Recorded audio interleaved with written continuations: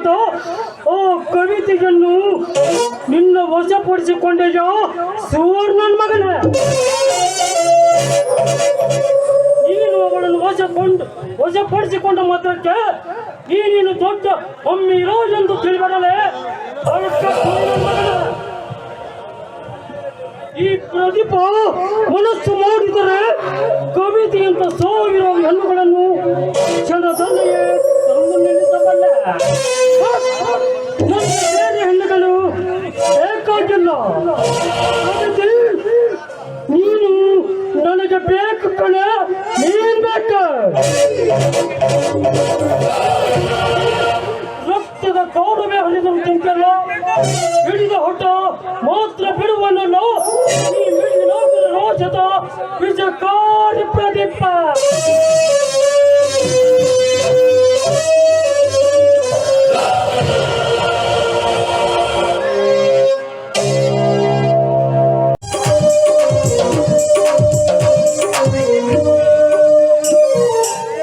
ನಾಗರ ಪಂಚಮಿ ಅಂದ್ರೆ ನಾಡಿಗೆ ದೊಡ್ಡದು.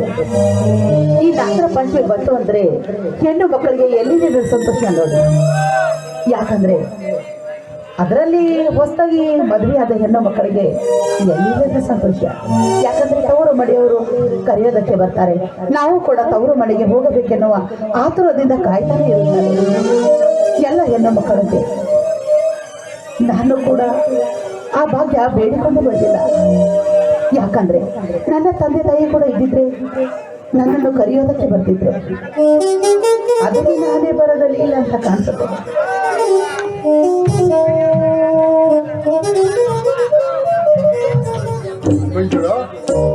ಯಾಕೆ ಏನು ಮಾಡ್ತಾರೆ? ಮೈದೂರರು ಮನೆಯಲ್ಲಿಲ್ಲವೇ? ಇಲ್ಲ ಬನ್ನಿ ಸ್ವಾಮಿ, ಅವರು ಹೊರಗಡೆ ಹೋಗಿದ್ದಾರೆ.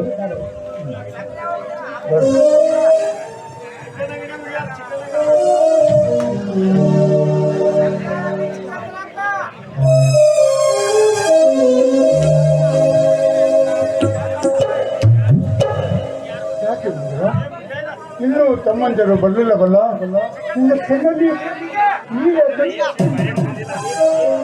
ಏನಿಲ್ಲ ಸ್ವಾಮಿ, ಯಾಕೋ ನನ್ನ ತವರು ಮನೆ ನೆನಪಾಯಿತು ಅಷ್ಟೇ ಸ್ವಾಮಿ. ತವರಿನ ಕಡೆ ನೆನಪಾಯಿತರು ಮನಸ್ಸಿಗೆ ನೋವು ತಂದುಕೊಳ್ಳಬೇಡ. ಯಾಕೆ ಇದು ನಿನ್ನ ಮನೆಯಲ್ಲವೇ? ಹೌದು, ಆದ್ರೆ ಗಂಡನ ಮನೆಯಲ್ಲಿ ಎಲ್ಲ ಸೌಭಾಗ್ಯವನ್ನು ಕಾಣಬಹುದು. ಆದ್ರೆ ತವರು ಮನೆ ನೆನಪು ಮಾತ್ರ ಮರೆಯೋದಕ್ಕೆ ಸಾಧ್ಯ. ಯಾಕೆ ಈ ಮನೆಯಲ್ಲಿ ತೊಂದರೆ ಆಗಿದೆಯೇ? ಹಾಗೇನಿದ್ದರು ಚೇಚೆ, ಹಾಗೇವಿಲ್ಲ ರೀ. ಈ ಮನೆಯಲ್ಲಿ ನನಗೇನು ಕಡಿಮೆ ಇದೆ ರೀ. ದೇವರಂತಿರುವ ನಿಮ್ಮಂತ ಗಂಡ, ಮತ್ತೆ ಹುಲಿ ಅಂತಿರುವ ಇಬ್ಬರು ಮೈದುನಗಳು, ಇವರೆಲ್ಲರೂ ನನ್ನ ಜೊತೆಯಾಗಿರುವಾಗ, ಇದೆಲ್ಲ ಇರುವಾಗ ನನಗೆ ಚಿಂತೆ ರೀ. ನಿನಗೆ ಏನಾದರೂ ಈ ಮನೆಯಲ್ಲಿ ತೊಂದರೆಯಾಗಿದ್ದರೆ ಹಾಗೂ ಉಣಲು ತಿನ್ನಲು ಕಡಿಮೆ ಆಗಿದ್ದರೆ ನನ್ನ ಮುಂದೆ ಹೇಳು, ಖಂಡಿತ ನಾನು ತಂದುಕೊಡ್ತೇನೆ. ಆದರೆ ನೀನು ಯಾವತ್ತೂ ಈ ರೀತಿ ಕಣ್ಣೀರು ಹಾಕುವುದು ಇದು ನನ್ನ ಕಟ್ಟಪ್ಪನೆ. ಆಯ್ತು ಸ್ವಾಮಿ. ಸ್ವಾಮಿ, ನನ್ನದೊಂದು ಮಾತು ನಡೆಸಿಕೊಡ್ತೀರಾ? ಹೇಳಿ, ಒಂದೇಕೆ ಮಂಜುಳಾ, 10 ಕೇಳು, ಖಂಡಿತ ನಡೆಸಿಕೊಡ್ತೀನಿ. ನಡೆಸಿಕೊಡುತ್ತೀರಾ? ನೋಡಿ ಸ್ವಾಮಿ, ನಮ್ಮಿಬ್ಬರ ಮೈದುನರು ಮದುವೆ ಮಾಡಬೇಕೆನ್ನುವುದೇ ಈ ನಿಮ್ಮ ಪತಿ ಆಸೆ. ಹೀಗೋ ವಿಷಯ. ಮೈದೂರ ಮದುವೆ ಮಾಡಿ ಮೈದೂರ ಅಣ್ಣಂದಿರು ಮನೆಗೆ ಬಂದ ತಕ್ಷಣ ತಾವು ಎಲ್ಲ ಜವಾಬ್ದಾರಿಯನ್ನು ಅವರಿಗೆ ಒಪ್ಪಿಸಿ ಹಾಯಾಗಿರಬೇಕೆನ್ನುವುದೇ ನನ್ನ ಹೆಂಡತಿಯ ಆಸೆ ತಂದೆ ತೋರುತ್ತದೆ. ಎಲ್ಲ ಹೆಣ್ಣು ಮಕ್ಕಳಿಗೆ ಇರುವ ಆಸೆ ನಿನಗೂ ಇದೆ. ಹಾಗೇನಿಲ್ಲ ರೀ. ಯಾಕಂದ್ರೆ ರಾಜುವಿನ ಓದು ಕೂಡ ಮುಗಿದಿದೆ, ಮತ್ತೆ ಅರ್ಜುನ ಕೂಡ ಮದುವೆ ವಯಸ್ಸಿಗೆ ಬಂದಿದ್ದಾನೆ. ಅವರಿಬ್ಬರ ಮದುವೆ ಮಾಡಬೇಕನ್ನೋದು ಹಿರಿಯರಾದ ನಮ್ಮ ಕರ್ತವ್ಯ ಅಲ್ಲವೇ? ಹೌದು ಮಂಜುಳ, ನಾನು ತಮ್ಮಂದರ ಮೇಲೆ ನನಗೆ ಪ್ರೀತಿ ಇಲ್ಲವೆಂದು ತಿಳಿದೆಯಾ? ನಾನು ಅದೇ ವಿಚಾರದಲ್ಲಿದ್ದೆ. ತಮ್ಮಂದರು ಮನೆಗೆ ಬರಲಿ, ಅವರನ್ನು ಕೇಳಿ ಒಂದು ತೀರ್ಮಾನಕ್ಕೆ ಬರೋಣ, ಆಯ್ತಾ? ಆಯ್ತದೆ.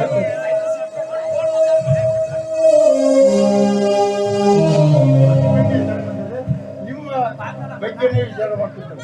ಅಣ್ಣ ಅಣ್ಣ ಅತ್ತಿಗೆರಿಬ್ಬರು ಏನೋ ಆಳವಾಗಿ ವಿಚಾರ ಮಾಡುತ್ತಿದ್ದೀರ. ಏನಲ್ಲ ಅಪ್ಪ ಮೈದಂದ್ರ, ನಿಮ್ ಬಗ್ಗೆನೇ ವಿಚಾರ ಮಾಡ್ತಾ ನಿಂತಿದ್ದೀವಿ.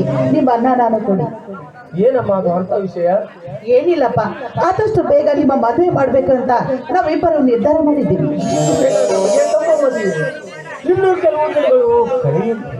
ಯಾಕಂದ್ರೆ ಈಗಾಗಲೇ ನಮ್ಮ ತಮ್ಮ ರಾಜುವಿನ ಓದುವಿನ ಸಲುವಾಗಿ ಸಾಕಷ್ಟು ಸಾಲ ಮಾಡಿದ್ದೇವಮ್ಮ. ಆ ಸಾಲ ತೀರಿದ ಮೇಲೆ ನೋಡೋಣ. ನೋಡಪ್ಪ, ಸಾಲ ಇದ್ದೇ ಇರುತ್ತೆ, ಆದ್ರೆ ಮೊದಲು ಈ ಮನೆಗೆ ಕರೆದುಕೊಂಡು ಬರೋಣ. ಅಣ್ಣನಿಗೆ ಮದುವೆ ಬೇಡ ಅಂದ ಮೇಲೆ ನನಗೆ ತಮ್ಮ ಮದುವೆ ಆದ ಮೇಲೆ ಹೆಂಡತಿ ಸಂಸಾರ ಅದು ಇದು ಎನ್ನುತ್ತಾ ಕಾಲ ಕಳೆದರೆ ಅಣ್ಣ ಇಲ್ಲಿವರೆಗೆ ಉಳಿಸಿದ್ದು ವ್ಯರ್ಥವಾಗುತ್ತದೆ. ಅಂದ ಮೇಲೆ ನನಗೆ ಯಾವುದಾದ್ರೂ ಒಂದು ಕೆಲಸ ದೊರೆತ ಮೇಲೆ ಮದುವೆಯಾಗಿ ನಿಮ್ಮಿಬ್ಬರ ಸೇವೆ ಮಾಡಬೇಕೆನ್ನುವುದೇ ನನ್ನ ಆಸೆ ಆಗಿದೆ ಅಮ್ಮ. ನನ್ನ ಆಸೆ.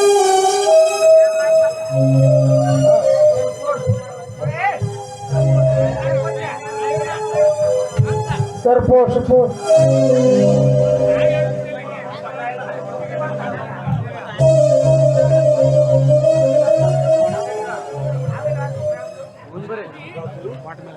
ಎಲ್ಲಿಂದ ಬಂದಿದೆಯಪ್ಪ ಕಾಗದ? ಇದು ಬೆಂಗಳೂರಿನಿಂದ ಸ್ಟೇಟ್ ಬ್ಯಾಂಕಿಂದ ಬಂದಿದೆ ಅಣ್ಣ. ಏನು ಬೆಂಗಳೂರು ಸ್ಟೇಟ್ ಬ್ಯಾಂಕಿನಿಂದ ಬಂದಿದೆಯಾ? ಹೌದಣ್ಣ, ಬೆಂಗಳೂರು ಸ್ಟೇಟ್ ಬ್ಯಾಂಕಿನಲ್ಲಿ ನನಗೆ ಮ್ಯಾನೇಜರ್ ಕೆಲಸಕ್ಕೆ ಇಂಟರ್ವ್ಯೂ ಕರೆದಿದ್ದಾರೆ. ನನಗೆ ತುಂಬಾ ಸಂತೋಷವಾಯಿತು. ಇದೇ ತಿಂಗಳು 25ನೇ ತಾರೀಕಿಗೆ ಹೋಗ್ಬೇಕಣ್ಣ ಬೆಂಗಳೂರಿಗೆ. ನೋಡಪ್ಪ, ಆ ನನ್ನ ತಂದೆ ಜಗದ್ ಜ್ಯೋತಿ ಬಸವೇಶ್ವರ ಆಶೀರ್ವಾದ ಸದಾ ನಿಮ್ಮ ಬೇರೆ ಇರುತ್ತೆ. ನಿಮ್ಮಿಬ್ಬರನ್ನು ನೋಡಿದ್ರೆ ನನಗೆ ತುಂಬಾ ಸಂತೋಷವಾಗ್ತಾ ಇದೆ. ನನಗೆ ಸಂತೋಷವಾಗ್ತದೆ, ಆದ್ರೆ ನನಗೆ ಅಸ್ವಸ್ಥ ಉಂಟಾಗ್ತದೆ. ಏನಾಗಿದೆ ನಿನಗೆ? ಮ್ಯಾನೇಜರ್ ಕೆಲಸ ಬಂದಿತ್ತು, ಸಂತೋಷವಿಲ್ಲ ಎಂದು ಹೇಳ್ತೀವಲ್ಲ, ಯಾಕೆ? ಅಣ್ಣ, ಇಷ್ಟವಿದೆ, ಆದ್ರೆ ಮ್ಯಾನೇಜರ್ ಕೆಲಸಕ್ಕೆ ಈಗಿನ ಕಾಲದಲ್ಲಿ 1 ಲಕ್ಷ ಹಣವಾದ್ರೂ ಬೇಕೇ ಬೇಕಣ್ಣ. ಏನಂದಪ್ಪ? 1 ಲಕ್ಷನ? 1 ಲಕ್ಷನ ಎಲ್ಲಿಂದ ತರೋದಪ್ಪ? ನಾವಿರುವ ಈ ಸ್ಥಿತಿಯಲ್ಲಿ 1 ಲಕ್ಷನ ಎಲ್ಲಿ ಕೂತ್ಕೊಳ್ಳಪ್ಪ? ಎಲ್ಲಿ ಕೂತ್ಕೊಳ್ಳಪ್ಪ? ಅಳಬೇಡ ಅಳಬೇಡ. ಈ ನಿನ್ನ ತಮ್ಮ ಅರ್ಜುನ ಜೀವಂತ ಇರುವವರೆಗೂ ಎಲ್ಲಿಯಾದರೂ ಜೀತದಾಳಾಗಿದ್ದು ನನ್ನ ತಮ್ಮನ ನೌಕರಿ ಹಣ ತರ್ತೀಯಲ್ಲ. ಜೀತದಾಳಾಗಿ ಹಣ ತಂದು ಕೊಡುವಷ್ಟು ಸಮಯ ನಮ್ಗೆ ಎಲ್ಲಿದೆಯಪ್ಪ? ನಮಗೆ ಉಳಿದಿರುವುದು 12 ಗಂಟೆ ಕಾಲಾವಕಾಶ. ಪಟ್ಟಣದಲ್ಲಿ ಅಷ್ಟೊಂದು ಹಣ ಎಲ್ಲಿಂದ ತರುವುದಪ್ಪ? ಎಲ್ಲಿಂದ ತರುವುದು? 12 ಗಂಟೆ ಮಾತ್ರ ಯಾಕಣ್ಣ? ಕೇವಲ 2 ಗಂಟೆ ಸಾಕಣ್ಣ ಈ ನಿನ್ನ ತಮ್ಮನಿಗೆ. ಅದು ಈ ಸಮಯದಲ್ಲಿ ನನಗೇನು ಮಾಡಬೇಕೆನ್ನುವುದೇ ತೋಚದಂತಾಗಿದೆ. ಅದು ತ್ರಾಸ ಮಾಡಿ ನಾನು ನೌಕರಿ ಹೋಗೋದನ್ನೇ ಬಿಟ್ಟು ಬಿಡ್ತೇನೆ.